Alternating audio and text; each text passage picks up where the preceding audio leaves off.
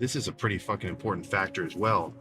Being able to allocate a specific amount of time where you put your lift, you get this 2 hour chunk of time where your number one priority is getting out of the gym and doing it on a consistent to daily basis. I'm not a huge rest day fan, not because I think going every day is. I think if I took a rest day every week for the past year and a half, or the past 2 years, or even the whole time that I've been lifting, I think I'd be the same size. I really don't think I'd be too much bigger. I don't think I'd be any smaller either. I think I'm just a gym addict in that sense. I want to wake up, do my cardio, do my day, then go to the gym. And I just like that cycle on a perpetual basis. But if you can't stick to that kind of routine and you can't lock that routine in, then you're not setting yourself up for success. I guess you have to not go to the gym at all to set yourself up for complete failure. It's not like a black and white subject. But if you let a gym session get missed over because you put off studying, or you have to do this, or whatever, once in a while, that's fine. I've done that sometimes. The reason that there's gaps in the spring bulk videos is because, like, some of those days I just had to skip the lift for a couple of reasons. Either I got like zero rest from studying, so it wouldn't really do me any good to go to the gym that day, or I was just fucking busy, man. I had shit to do. So sometimes you got to live a life which actually interferes with the gym. I know how sacrilegious that sounds, but it's true. But don't let that stop you, right? I could definitely foresee in your mind, maybe not you specifically, but someone, if you take 3 days off in a row, let's say you had a planned rest day, and then, I gotta do blank, another rest day. I'll just make it a long one. It's a little bit of, I don't know what kind of psychological phenomenon, but I think if you get used to taking a ton of rest days unnecessarily, or you're skipping the gym more often than you're going, fuck. I'll tell you what, I'm not envious of that, right? So if you got to rewire your brain, if you got to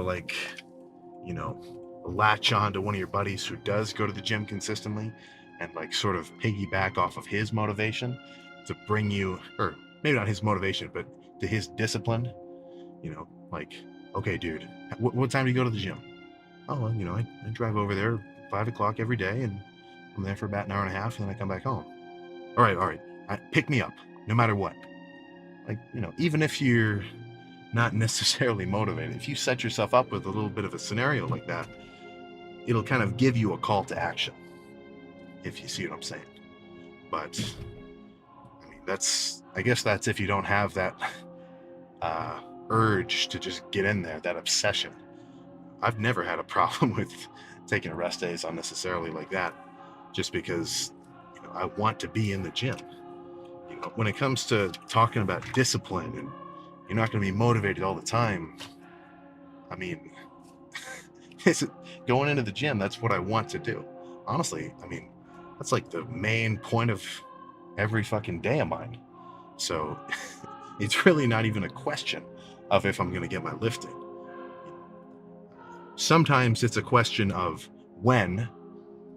Shit'll come up, but it's definitely hard to get me to have to miss the gym. You've got to set up a pretty rough set of circumstances for me to have to say, shit, all right, fuck it, we'll do it tomorrow. That's a fucking rare instance. But enough of that. I totally fucking forgot. By the time you're watching this, it's Thanksgiving. Happy Thanksgiving, man. What are you thankful for? Today isn't Thanksgiving for me. It's the day before, but I'll just pretend it is. I'm definitely thankful for getting some badass pumps, making progress, not having any, what's the word I'm trying to say? Routine interfering injuries. Don't take your physical well-being for granted. Oh, dude, fuck. Sometimes you don't know what you have until you fucking lose it. It was either last summer. No. The summer before. Yeah, so 2 summers ago, I completely fucking slashed my thumb pad with a knife. I was employing improper cutting techniques, but dude, I was fucking pissed. Like, I was literally losing my fucking mind, and I wasn't thinking, "Oh crap, this hurts." My immediate thought was, "Fuck, how the fuck am I gonna lift?" That's what I was, really fucking pissed about. So don't let that shit. Don't let the fact that you can wake up every fucking morning, move your legs, jump out of bed, do your shit, and have no fucking problems. Don't just take that for granted, man. There's a lot of people who would be dying to be in your shoes.